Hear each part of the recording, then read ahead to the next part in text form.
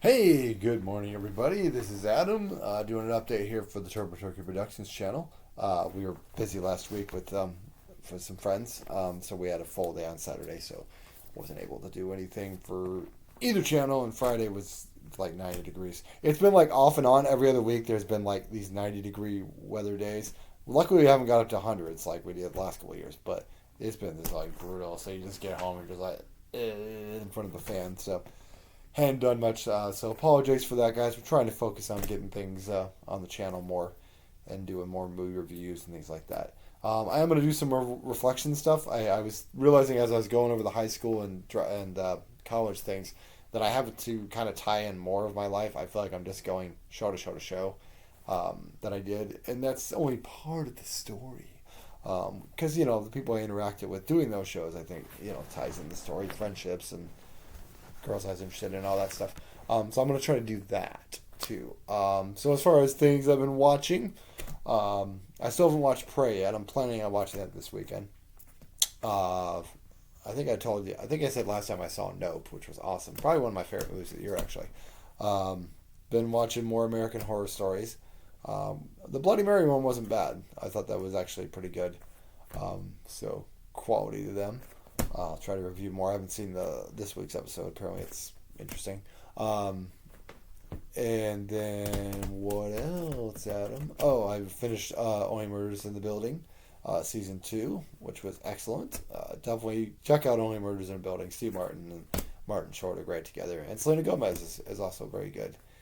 Pretty much the whole cast. There's a good ensemble in there that's really funny, and it's got that kind of murder mystery type thing. So it's a lot of fun. I think you would enjoy it quite a lot, and I highly recommend watching it. I also watched Dope Sick on Hulu the other night. I had taken a night off work because I had a really bad, sinus pressure headache going on from being out in the sun. And so I don't just binge watching that, 8 episodes of that. Michael Keaton's in it and stuff. Um, and several other people as well. But it's, just kind of deals with the whole Oxycontin crisis that kind of happened in the Appalachians and stuff, and all these people getting addicted and dying and shit, which is truly horrible. Because as much as they go hard on the street drugs, which are bad too, it's the painkillers that are the real problem, and the fact that they lied about it, and then you feel that the rich family that started the whole thing pretty much got away with everything. Like they had to give up their company, but they didn't really lose any goddamn money, which is upsetting. But the guy playing the rich guy, he was pretty good. I don't know the actor's name, Michael Stahlberg or something like that. He's been in a lot of stuff, but he had this kind of Ronald Reagan type of way of talking. He's like, "We must keep selling, keep selling." So that was kind of entertaining. But yeah, I thought it was pretty good. Definitely check it out. It definitely pisses you off a little bit because it's very much like Spotlight and The Big Short, where like they're good. They're well acted and well written and directed, but by the end of the movie, you're super pissed off that shit happens because The Big Short, it was like all about like the banking crisis and the housing crisis and shit like that, and then how basically Obama just bailed them all out and shit. It's like, oh god, these assholes got away with it, scamming people at the Goldman Sachs bullshit. And then you read the Spotlight about how all these freaking priests that just get transferred to different places. Oh well, they did this. Let's move it. That pisses me. And then this is just like, oh, this rich family basically killed a bunch of people with saying that this stuff wasn't addictive, and then basically just got away with it. Basically, they got sued, but like, they didn't really lose any. They themselves didn't lose any money, so kind of makes you feel right. But it was really, like I said, it was really good in terms of acting and stuff. I've always been a Michael Keaton fan, so Beetlejuice, Beetlejuice, Beetlejuice. One of my favorite. Honestly, I love all his performances. And Birdman is really good too. But Beetlejuice has always got just a soft spot in my heart. Just what a great freaking movie. And like I said, if you really, it's funny because he's only in the movie for 20 minutes, but he's just Michael Keaton's amazing. I'm glad he's around for us. I'm disappointed we won't get to see him in the Batgirl movie, but hopefully he'll at least pop up in the Flash thing if that ends up coming out. Who knows? The Ezra Miller thing is such a weird situation, but I'm happy to hear that they are getting some help at least after all these crazy things. Although I think a non-celebrity person would probably be in jail for these things, but let's not get into that. I won't get on a soapbox thing there. Let's see. I've watched two episodes of She-Hulk. The first episode I had some issues with it. It was more just kind of her like speech about you don't know how I've suffered and all that to the Hulk. I'm like, I get your message and I understand what you're going with, but this is the freaking Hulk who got like his his dad killed his mom and has been through all this friggin' trauma. So I mean, respect your woman stuff, no problem. Like I said, Promising Young Woman is one of my favorite movies. It's a great freaking movie and a really eye-opening movie. So like I said, this is not coming off like a women, stupid shit like that. But it was just that particular part bothered me. The rest of the show was fine, but like, and like I said, the second episode definitely was much better. I laughed a lot more. I'm like, okay, I'm getting what they're going. It's way too short though. Like I know they're going for like this comedy sitcom, but it's like it literally like you start the episode and then it's over. It's just like it's shorter than WandaVision was with the first couple episodes.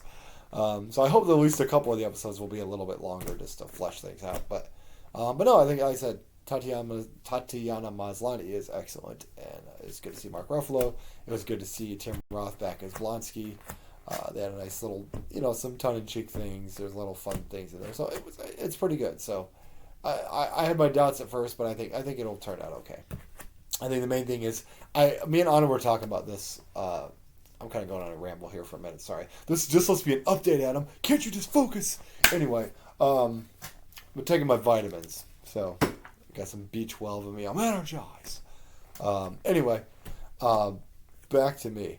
Me and Anna were talking about this because we were reading this article about the League of Their Own show, which I don't have on Amazon, so I haven't watched it. So I don't know how it is and all that, but like it just feels like what we called it was soapboxing or TED talking, where a writer will consistently like have a opinion about something, and then they decide to just like shove it into the thing. And I understand you're trying to get a message across, and I understand there, comics, especially with like comic books too. Like this isn't a comic book, but like you're trying to get like your message out about something, and that's totally noble and fine. But I think there's a way of like nuance with that. Otherwise, it just comes off like, well, this is my opinion. Or I'm calling it soapboxing is what I would do. Let me get off my soapbox. But like, I'm going to talk about this freaking issue and this issue and this issue, and like make it all about this.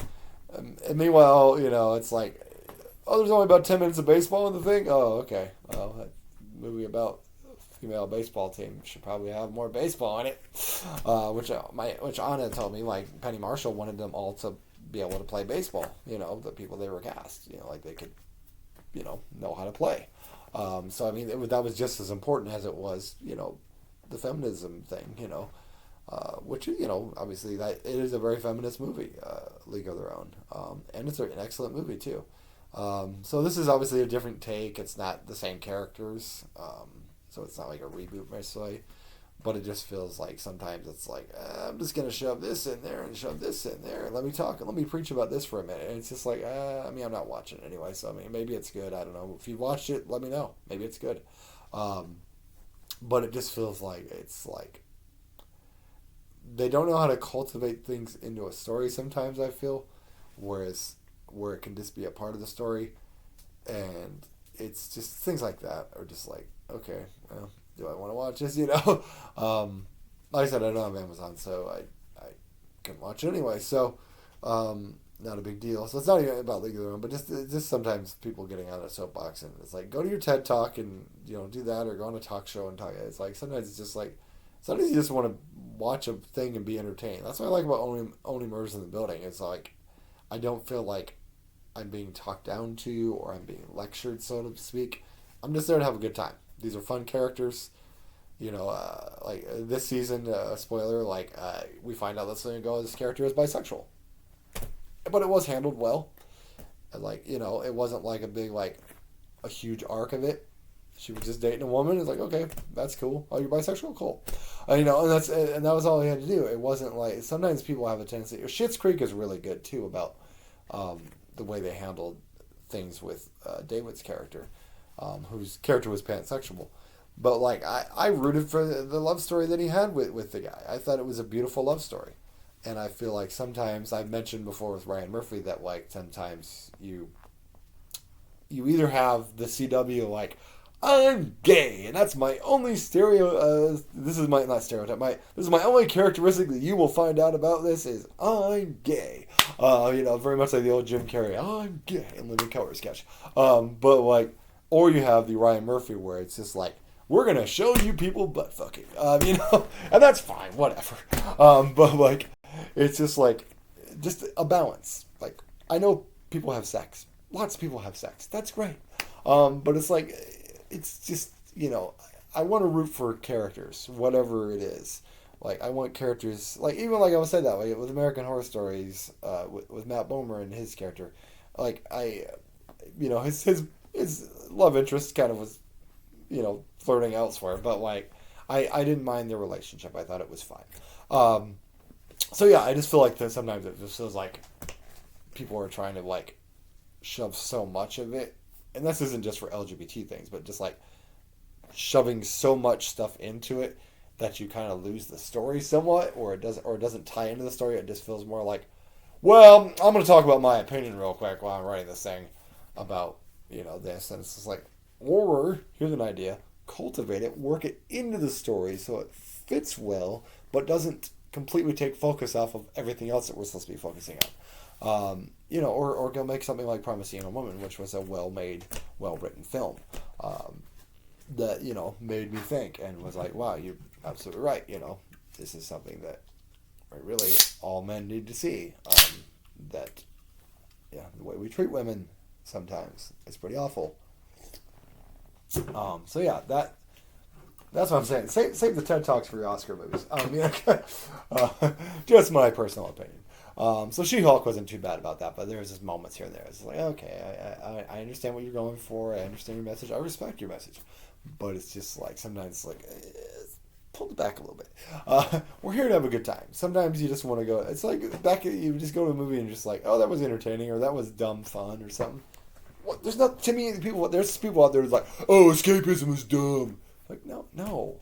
When you're sitting there going to work, whether it's a dead-end job or whatever even if you like your job, you're working hard, you're tired, you want to come home and relax, and you're seeing stuff on the news, you're seeing stuff on Facebook, you're seeing stuff, in the papers, if you still have paper, but like, you're seeing stuff all over, all awful things going on in the world, political shit. When you turn in to watch a sci-fi show or a superhero show, the last thing you want to have is more people lecturing the same fucking topic. That's just me personally. I have no problem with people's feelings on those things. Like I said, have a TED Talk, have a conversation on The View. I don't care. But, like, it's just like, it's the same thing. It's one of the things, whatever you think about Ricky Gervais, it's the one thing I really liked when he hosted the Golden Globes. He's just like, just come up here and thank you for the award. Don't give a big speech. Don't talk about how, like, no one wants to hear that shit. And it's true.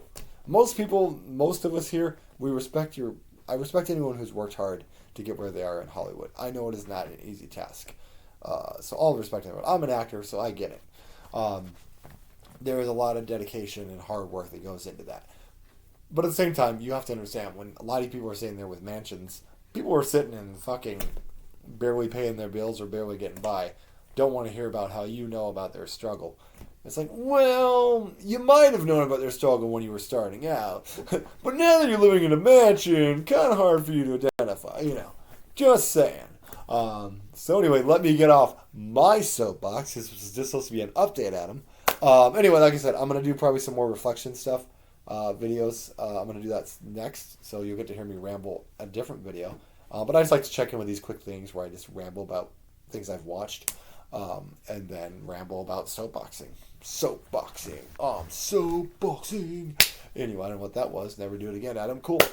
So cool, guys. Thanks for the quick update here, and I will have some more video stuff for you now. Ooh, stay tuned.